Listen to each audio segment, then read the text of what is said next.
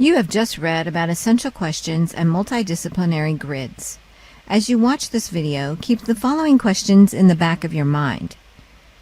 In what ways am I a multidisciplinary teacher? What essential questions guide my own approach to teaching and learning? Education is not a straight line. You don't simply tell a student something one time and hope that she remembers it forever. Our brains don't work that way. Students need time to process new information. They need to tie that information to meaningful ideas, and this sometimes means revisiting subjects once or twice or even 3 times so that students can learn the information in new ways. As a teacher, you probably are very familiar with working with constraints. You probably don't have enough resources. You might have too many students or not enough knowledge about the subject you're expected to teach. Or you might have to teach a lot of information in a very short amount of time, or teach students information they don't really care about at all. Somehow, you have to balance all of these limitations, as well as interruptions and behavioral problems, in a way that makes it possible for your students to learn. It's kind of like trying to navigate a very complicated maze. Luckily, there are a few tools to help you. If you're a multidisciplinary teacher, that is, a teacher who teaches more than one subject, you're probably having a hard time balancing all of the different lessons you have designed for your students. Things might feel disconnected. You might feel like you're trying to jump from math to reading to music to art, and it's hard to keep students and yourself from getting confused about what exactly they're supposed to be learning. And you probably don't have enough hours in the day to cover all of these different lessons. Instead of looking at these subjects as being entirely disconnected, try imagining them as an interconnected part of a whole. For example, if you're trying to teach a student about both biology and language arts, a multidisciplinary lesson might include asking students to write an essay about the biology of frogs. For this exercise, you would assess students on their writing skills as well as the level of understanding they demonstrate about biology. It's easy to merge 2 subjects into one exercise. But what about when you have 3 or 4 subjects you're responsible for teaching, and you have to guide students through 5 or 6 exercises a day? In this case, try using a multidisciplinary teaching grid to keep yourself organized. Take a look at this example.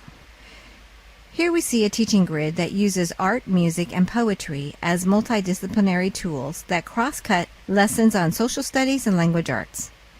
In the top row, we see that the teacher has planned lessons that help students practice their art in the context of exploring language arts and in the context of studying social issues of war and peace. We see this teacher doing the same for music. In language arts, students are looking at the text of songs, while in social studies, they are using music as a way of learning about other countries. When planning your multidisciplinary approach, try working backwards. Start with the specific learning outcomes or standards that your students must learn. Then, try to see if there's a place where these standards might overlap.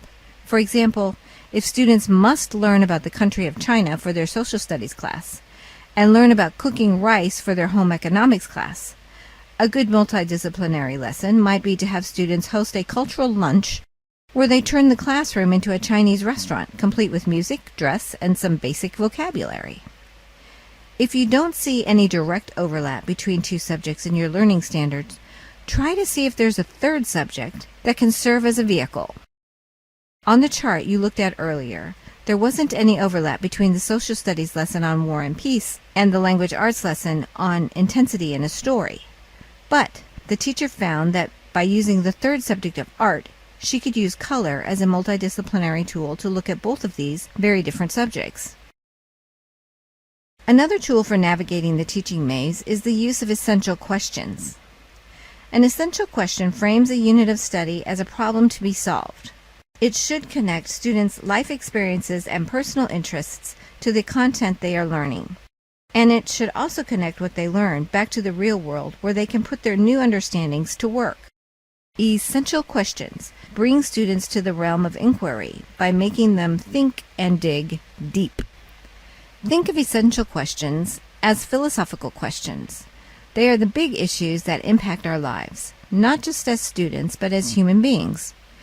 In order to make sure your essential questions are effective, think about these 3 things. Number 1, the question should be interesting and compelling to your students right now. Number 2, it should invite them into the ongoing disciplinary debates and conversations that create knowledge in the first place. Number 3, it should require students to learn and to use the same understandings and strategies as the real experts in the field. There are 2 approaches to developing your essential questions.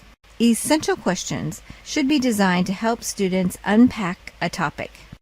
For example, if you wish to engage your students in a habitat unit, you might try framing it with the essential question, what makes a good home? Or, essential questions can be designed to help students carry out a certain activity. For example, if you want your class to write descriptions, use an essential question like, what is a good school? You can rephrase essential questions in different ways in order to prompt students to do different things. To foster thinking about processes, the question could be rephrased as, how can we make the best possible school? And for comparing and contrasting, the essential question could be rephrased as, what is the difference between a good and a not-so-good school? Let's review. In this lesson, you learned about multidisciplinary grids and essential questions. You learned that when teaching multiple subjects, you will sometimes want to combine 2 or more different subjects together. One method to do this is to use a multidisciplinary teaching grid. This grid shows the subject matter to be learned, as well as the specific exercises being used to combine 2 or more subjects. Another method is to use essential questions, or big picture questions, that tie subjects together in service to fundamental philosophical questions.